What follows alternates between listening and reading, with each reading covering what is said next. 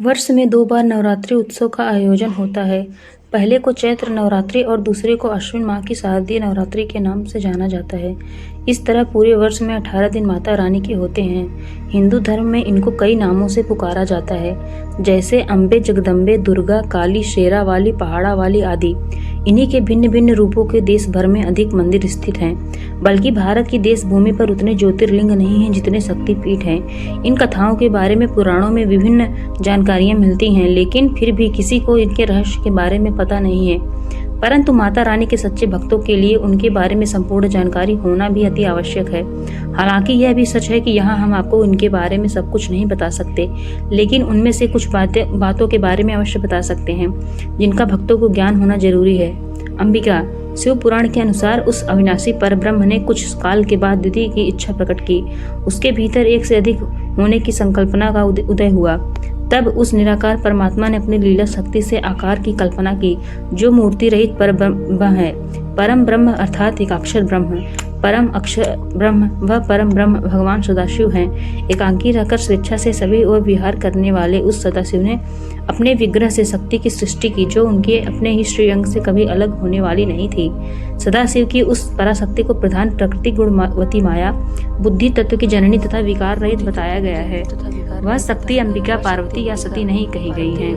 उसको प्रकृति, सर्वेश्वरी, त्रिदेव जननी, ब्रह्मा, विष्णु और महेश की माता, नित्या और मूल कारण भी कहते हैं। सदाशिव द्वारा प्रकट की गई उस शक्ति की 8 भुजाएं हैं। पराशक्ति जगत जननी वह देवी नाना प्रकार की गतियों से संपन्न है और अनेक प्रकार के अस्त्र शक्ति धारण करती हैं। एकांकिनी होने पर भी वह माया शक्ति असंयोगवश अनेक हो जाती हैं। उस काल रूप सदाशिव की अर्धांगिनी है यह शक्ति, जिसे जगदम्बा भी कहते हैं। देवी दुर्गा। हिरण्याक्ष के वंश में उत्पन्न एक महाशक्ति दैत्य हुआ, जो रुरु का पुत्र था। उसका नाम दुर्गमासुर था। दुर्गमासुर से सभी देवता त्रस्त हो चले थे। उसने इंद्र की नगरी अमरावती को घेर लिया था। देवता शक्ति से हीन हो गए थे। फलस्वरूप उन्होंने स्वर्ग से भाग जाना ही श्रेष्ठ समझा। भागकर वे पर्वतों की कंदरा और गुफाओं में जाकर छिप गए और सहायता हेतु आदिशक्ति अंबिका की आराधना करने लगे। देवी ने प्रकट होकर देवताओं को निर्भीक हो जाने का आशीर्वाद दिया। एक दूत ने दुर्गमासुर को यह सभी गाथा बताई और देवताओं की रक्षक के अवतार लेने की बात कही। तक्षण ही दुर्गमासुर क्रोधित होकर अपने समस्त अस्त्र शस्त्र और अपनी सेना को साथ ले युद्ध के लिए चल पड़ा। घोर युद्ध हुआ और देवी ने दुर्गमासुर सहित उसकी समस्त सेना को नष्ट कर दिया। तभी से यह देवी दुर्गा माता कहलाने लगी। माता सती। भगवान शंकर को महेश और महादेव भी कहते हैं। उन्हीं शंकर ने सर्वप्रथम दक्ष राजा की पुत्री दक्षायणी से विवाह किया था। इन दक्षायणी को ही सती कहा जाता है। अपने पति शंकर का अपमान होने के कारण सती ने अपने पिता दक्ष के यज्ञ में कूदकर अपनी देहलीला समाप्त कर दी थी। माता सती की देह को लेकर ही भगवान शंकर जगह जगह घूमते रहे। जहाँ जहाँ देवी सती के अंग और आभूषण गिरे, वहाँ वहाँ शक्तिपीठ निर्मित हो गए। इसके बाद माता सती ने पार्वती के रूप में हिमालय राज के यहाँ जन्म लेकर भगवान शिव की घोर तपस्या की और फिर से शिव को प्राप्त कर पार्वती के रूप में जगत में विख्यात हुई। माता पार्वती शंकर की दूसरी पत्नी थी, जो पूर्व जन्म में सती थी।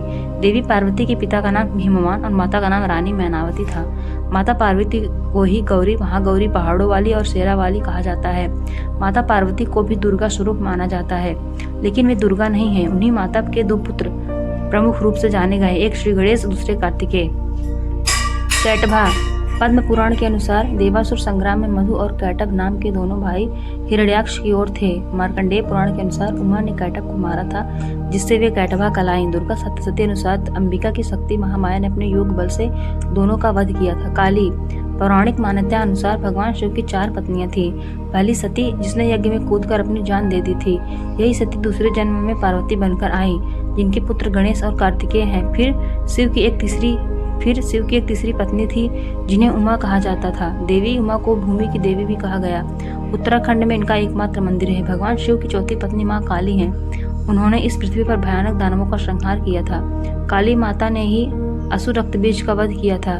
इन्हें 10 महाविद्याओं में से प्रमुख माना जाता है।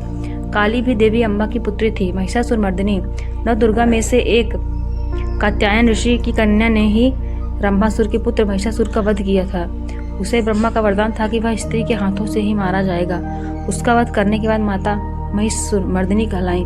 एक अन्य कथा के अनुसार जब सभी देवता उससे युद्ध करने के बाद भी नहीं जीत पाए, तो भगवान विष्णु ने कहा कि सभी देवताओं के साथ मिलकर सबकी आदि कारण भगवती महाशक्ति की आराधना की जाए। सभी देवताओं के शरीर से एक दिव्य तेज निकलकर एक परम सुंदर स्त्री के रूप में प्रकट हुआ।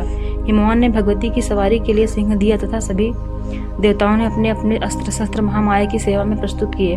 भगवती ने देवताओं पर प्रसन्न होकर उन्हें शीघ्र ही महिषासुर के भय से मुक्त करने का आश्वासन दिया और भयंकर युद्ध के बाद उसका वध कर दिया। तुलजा भवानी और चामुंडा माता देश भर में कई जगह पर माता तुलजा भवानी और चामुंडा माता की पूजा का प्रचलन है। खासकर यह महाराष्ट्र में अधिक है। दरअसल माता अंबिका ही चंड और मुंड नामक असुरों का वध करने के कारण चामुंडा कहलाए। तुलजा भवानी माता को महिषासुर मर्दिनी भी कहा जाता है। महिषासुर मर्दिनी के बारे में हम ऊपर पहले ही लिख आए हैं। 10 महाविद्याएं। 10 महाविद्याओं में से कुछ देवी अम्बा हैं, तो कुछ सती या पार्वती, तो कुछ राजा दक्ष की अन्य पुत्री। हालांकि सभी को माता काली से जोड़कर देखा जाता है। 10 महाविद्याओं में नाम निम्नलिखित हैं: काली, तारा, छिन्नमस्ता, षोडशी, भुवनेश्वरी, त्रिपुर भैरवी, धूमावती, बगलामुखी, मातंगी और कमला। कहीं कहीं इनके अन्य नाम इस प्रकार क्रम में मिलते हैं: काली, तारा, त्रिपुर सुंदरी, भुवनेश्वरी, छिन्नमस्ता, त्रिपुर भैरवी, भूमावती, बगलामुखी, मातंगी और कमला। जय माता रानी।